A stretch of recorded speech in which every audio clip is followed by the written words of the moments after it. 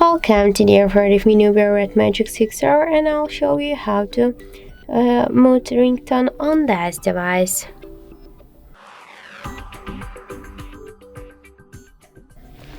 So first open the settings and then tap to the sound section. Here we can see ring bottom panel, and just to mute ringtone we should hold and swipe to the left side these red dots, and that's it. Also we have the second way how we can do that. Just first press down or up bottom button on the right side of our device, then click here to the three dots and swipe to the down.